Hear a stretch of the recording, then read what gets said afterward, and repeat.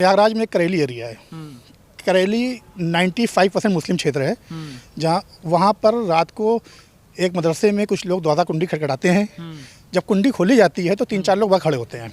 वो अंदर घुसते हैं, अंदर लड़कियों का हॉस्टल भी था, वहाँ जाकर के 2 नाबालिग बच्चियों को उठा के ले जाते हैं और रात भर नदी किनारे उनके साथ गैंग रेप होता है।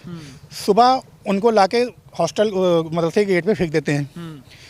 FIR दर्ज नहीं हो पाती है। क्यों नहीं हो पाती है? किसका संरक्षण था उस पर? उस समय सांसद थे अतीक अहमद, विधायक था शरफ।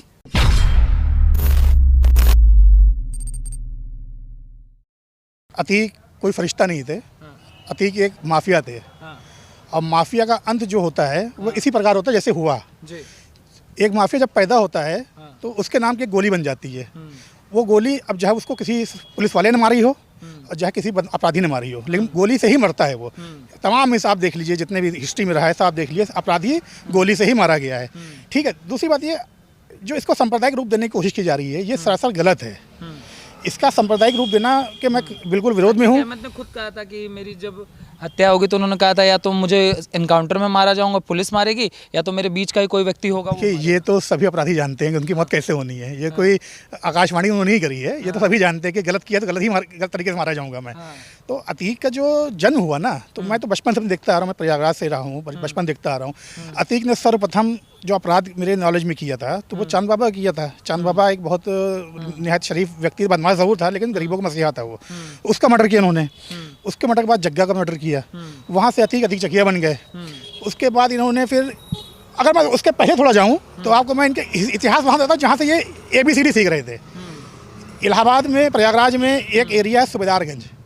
आप जब चौफटका से सूबेदारगंज की तरफ बढ़ेंगे तो वहाँ पे एक कुआं था, वहाँ पे एक माल गोदाम भी था। तो वहाँ पे ये बैठते थे और बैठ करके वहाँ पर से रात में गुजरने वाले लोगों से लूटपाट हुआ करती थी।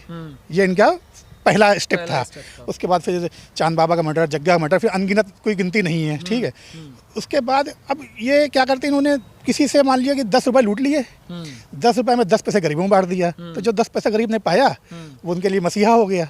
जो 9 रुपए 90 पैसे वाले जिनके लुटे हैं, 10 रुपए लुटे हैं, तो वो तो भुगतभोगी हैं। तो उनके पास क्या बीत रही है। अब किसी का कोई चीज़ ले लिया धमका करके। एक वक्त था कि अतीक की निगाह से लोग डरते थे और एक वक्त ये भी आया कि अतीक को बोतल खींच के लोग मार रहे थे। तो समय का जो चक्र है ना, वो घूमता रहता है, पहिया घूमता रहता है। अब महाभारत की आप देख लीजिए, महाभारत में सत्य और असत्य के मामला था सारा। ठीक है। भीष्म पितामह का इसका जीता जाता रूपांतर रहे, किस तरह हमारे जी। तो अब कृष्ण भगवान ने किसका साथ दिया? जिसके पास कुछ नहीं था, और जिसके पास सब कुछ था वो युद्ध हार गया। तो डिपेंड करता है कि जो व्यक्ति अपराधी है, तो अपराधी के साथ जो हुआ सही हुआ या गलत हुआ। तो अपराधी का मतलब है गलत करोगे तो गलत भुगतोगे। जो कल हुए, परसों घटना हुई, वो अकल्पनीय है। मैं मानता हूँ कि इसमें थोड़ा फेलियर रहा है, लेकिन फेलियर यहाँ पे शासन प्रशासन का नहीं रहा है, बल्कि ये अकल्पनीय चीज़ थी। कल्पना नहीं की सकती थी कोई इस तरह करेगा। सुरक्षा में कोई कमी नहीं थी कहीं से। और जो भाजपा सरकार, खुद ये जो लोग कह रहे भाजपा सरकार ने करा दिया, महाराज ने करा दिया, तो ये गलत है। कभी भी कोई व्यक्ति अपने को इल्ज़ाम लेने नहीं जाएगा। यहाँ देखना ये है इससे फ़ायदा किसको पहुँच रहा है। और अभी जैसा कि आज मीडिया में देखने को मिला कि अतीक ने एक चिट्ठी जो है सुप्रीम कोर्ट में भेजी थी, तो अब वो चिट्ठी खुलेगी, उसमें नाम किसका आता है। और अतीक भी जब अपने अंतिम समय में कुछ कहना चाह रहा था लेकिन वो कह नहीं पाया। मिट्टी में वो कह नहीं पाया, तो अब उसका क्या मतलब निकलता। और दूसरी बात देखिए, अतीक हो या अशरफ हो, अब मैं आपको बताऊं 17 जनवरी 2007 की बात, प्रयागराज में करेली एरिया है। करेली 95% मुस्लिम क्षेत्र है, जहाँ वहाँ पर रात को एक मदरसे में कुछ लोग दरवाज़ा कुंडी खटखटाते हैं। जब कुंडी खोली जाती है तो 3-4 लोग वहाँ खड़े होते हैं।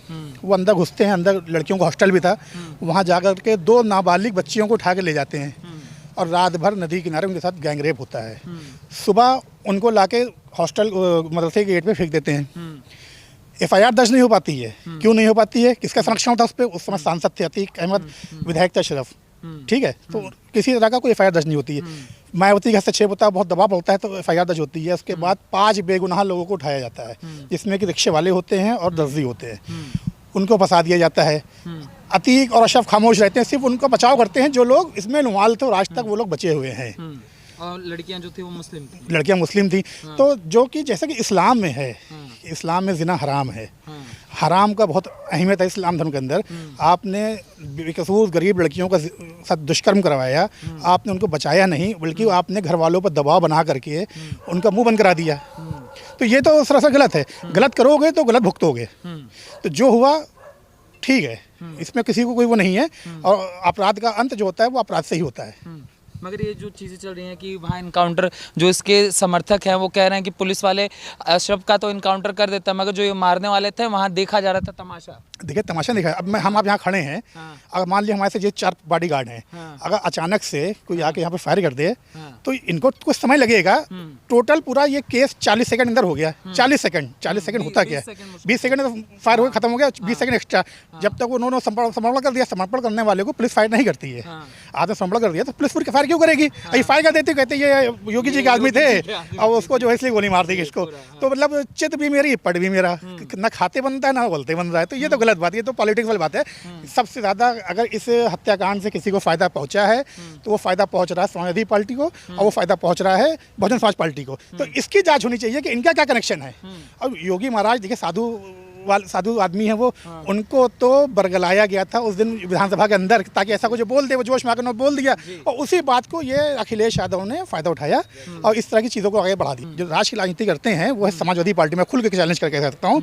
और उसका मैं उदाहरण दे दूँ, जब सपा सरकार थी तो मुजफ्फरनगर दंगा हुआ था, उस वक्त क्या हुआ था सबको पता है।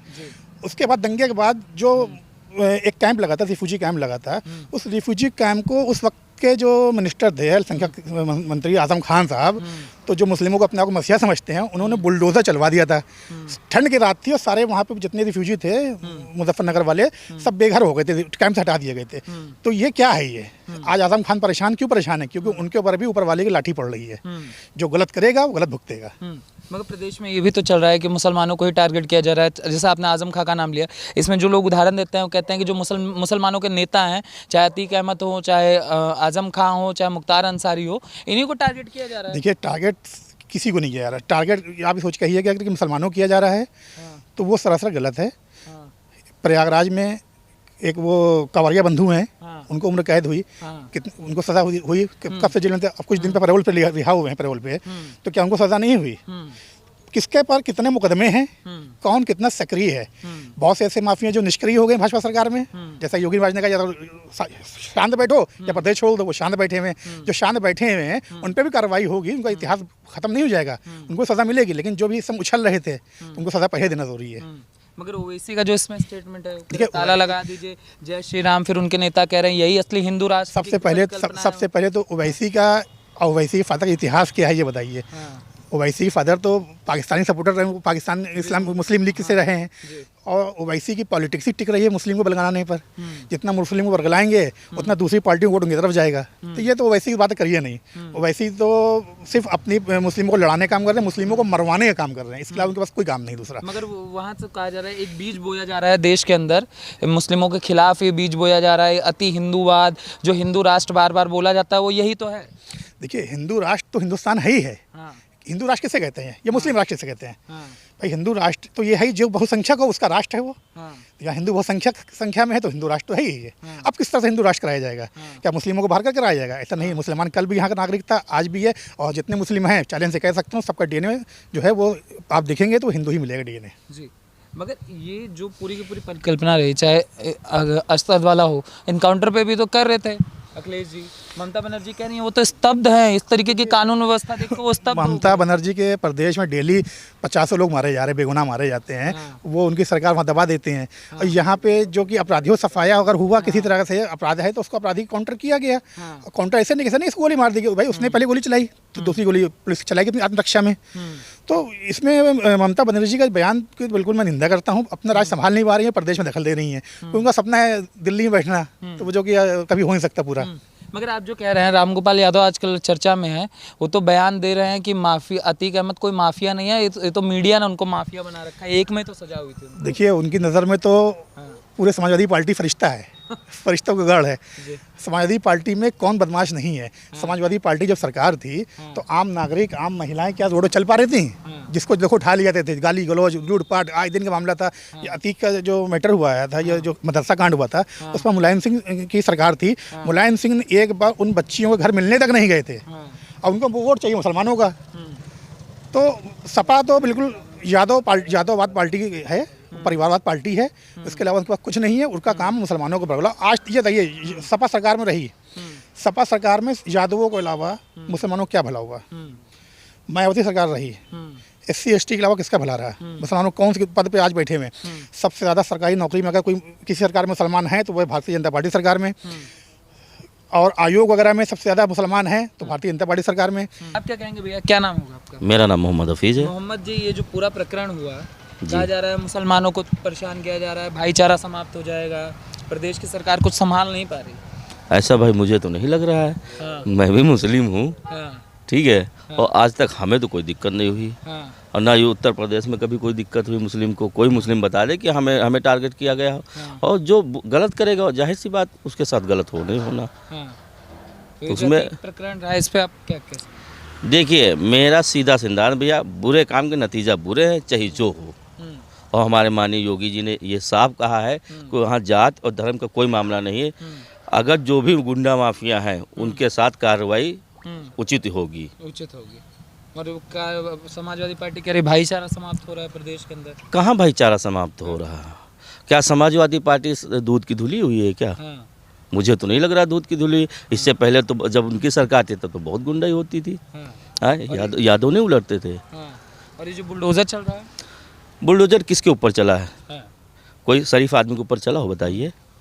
बुलडोजर पे ही सवाल उठ रहा है, कह रहे हैं तीनों पकड़े गए, इनके घर क्यों नहीं बुलडोजर चला दे रहे हैं बाबा? देखिए, कब पकड़े गए हैं? जी। परसों पकड़े गए, 2 दिन हुआ ना। हाँ। समय थोड़ा दीजिए, हाँ। कोई बख्शा नहीं जाएगा। हाँ, उनका तो खुद का घर भी नहीं है। नहीं, घर खुद का हो ना हो, जी। किसी जो भी अपराधी हैं हाँ। उनको नेस्तनाबूद करने का काम आदरणीय योगी महाराज जी कर रहे हैं और आगे भी होता रहेगा काम। इसको किसी धर्म से मत जोड़ें। अपराध जो करता है वो अपराधी कहलाता है, और अपराधी के साथ किसी रियायत के मोद में हमारी भाजपा सरकार नहीं मगर है। इसमें भी कहा जा रहा है बुलडोजर पे सवाल उठते हैं। जैसे हम लोग बात कर रहे थे, लोग बोल रहे हैं कि बुलडोजर अगर चलाना मतलब करना है तो अगर अतीक ने किया है, उन्होंने किया है, जो भी करता है तो उन पे कार्रवाई कीजिए। आप पूरे परिवार का घर क्यों गिरा देते हैं? देखिए, गेहूं साथ घुन पिसता है, ये पुरानी कहावत है। और परिवार पूरा जो है वो अपराध में लिप्त था। बिना सहयोग के कोई काम नहीं होता। आज तक शाइस्ता प्रवीण अपराधी अगर नहीं होती तब तक हाजिर हो गई होती। हाजिर क्यों नहीं हो रही है? उनको किस बात का डर है? ठीक है ना। और जो अगर ये इनका लड़का असद अगर अपराधी नहीं था तो क्यों भागता? अगर वो आज सरेंडर कर दिया होता तो क्या गोली मारी जाती उसको? काउंटर हुआ तो उसका नहीं हुआ होता। अगर अपराधी जो नहीं है तो उसको कानून से डरने तो नहीं है। कानून से वो डरता है जो अपराधी है। तो इससे जाहिर होता है कि आप अपराधी हैं, पूरा परिवार अपराधी से जाहिर होता है। ये अतीक की जो मौत है, इससे पॉलिटिकल जिसको फ़ायदा मिल रहा तो मिल ही रहा है। बहुत सारे ऐसे नाम हैं जिनको अतीक की बेनामी संपत्तियाँ उनके नाम पर हैं, जिनके जो अमाउंट है उसका अंदाज़ा हम आप नहीं लगा सकते। वो कई हज़ार करोड़ में होगी, क्योंकि कभी भी कोई भी माफिया अपने नाम से संपत्ति नहीं लेता है। वो संपत्ति जो भी लेता है वो दूसरों के नाम से लेता है। तो हो सकता है कि इसी में से किसी ने उसको मर्डर करवा दिया हो कि ताकि उसकी संपत्ति उसके नाम हो जाए। क्योंकि देखिए, एक बेटा मारा गया, अतीक 2 भाई थे, दोनों खत्म हो गए, पत्नी फरार है, 2 बेटे जेल में हैं, 2 बेटे बाल विकास उसमें हैं, बाल सराग्राम है, जो कि अभी माइनर हैं। तो इससे प्रॉपर्टी कनेक्शन भी इसको जोड़ा जा सकता है। ठीक है। और अभी इसमें एक ये आ रहा है कि कोई सफ़ेद पोस्ट दिल्ली में नेता है जो सपोर्ट कर रहा था, और हथियारों का जिक्र भी आया, उसकी तो भाई आगे इंक्वायरी चल रही है, तो हो सकता है ये कनेक्शन भी हो। तो मैं इस बात की गारंटी से कह सकता हूँ कि ये सब खुलासा होगा, आने वाले वक्त में सारा खुलासा होगा, जो दोषी हैं वो सब पकड़े जाएंगे। असद पे भी चला कि बच्चा है, बच्चे को मारा गया। देखिए, बच्चा क्या, जो बालिग है तो उसको बच्चा नहीं कह सकते। और अगर वो बच्चा है तो फिर वीडियो CCTV कौन आया है? और दूसरी बात देखिए, एक वीडियो वायरल कुछ दिन पहले हुआ था जिसमें असद मेरे ख्याल से रहा होगा 12-13 साल का, गोली चलवा रहा था शादी बारात में। तो बच्चा तो वो भी है, तो इसमें कसूर तो बढ़ेगा है। और कसूर की सज़ा जो है वो सब पूरे परिवार को झेलनी पड़ी उनके। क्या लड़का भी गया, खुद भतीजा भी, चाचा भी गया, बाप भी गया। तो इसमें दोषी पूरा परिवार है। बस शाइस्ता कह रही थी, कह रही बेटे को नहीं लाना चाहिए था, तो अतीक अहमद ने कहा था कि 18 साल बाद मुझे वो शेर का बच्चा है, मुझे नींद मिली। देखिए, अतीक ने एक और बात बोली थी कि या तो मुझे मार दो, नहीं तो मैं तुम्हें मार दूंगा। ये बात अतीक ने 2 दिन पहले बोली थी। तो ये सब चीज़ें जो फ़ायदा किसी ने उठाया है इसका, और ये फ़ायदा या तो उठाया है जो बिल्डर्स हैं, जिनकी संपत्ति अतीक की थी, या फिर पॉलिटिकल फ़ायदा उठाया गया। पाकिस्तान का भी नाम आ रहा हाँ, था, एसआई का भी सबसे ज़्यादा जो निशाना मेरा है वो है उस व्यक्ति के ऊपर जिसका नाम आया था, सफ़ेद पोश व्यक्ति जो दिल्ली में बैठा हुआ। वो कौन व्यक्ति है? पूर्व सांसद है वो। अब कौन है इसकी तो सीबीआई जांच होनी चाहिए इसकी, तो तभी नाम जाकर उजागर होगा। मतलब आपका कहना है कई लोगों का नाम गर्द में था, उससे पहले अतीक को गर्द में। लेकिन मुझे ये पूरी आशा है कि इस पूरे प्रकरण का योगी आदित्यनाथ जी जो है उजागर करेंगे और जो दोषी है वो फांसी के फंदे तक पहुंचेगा।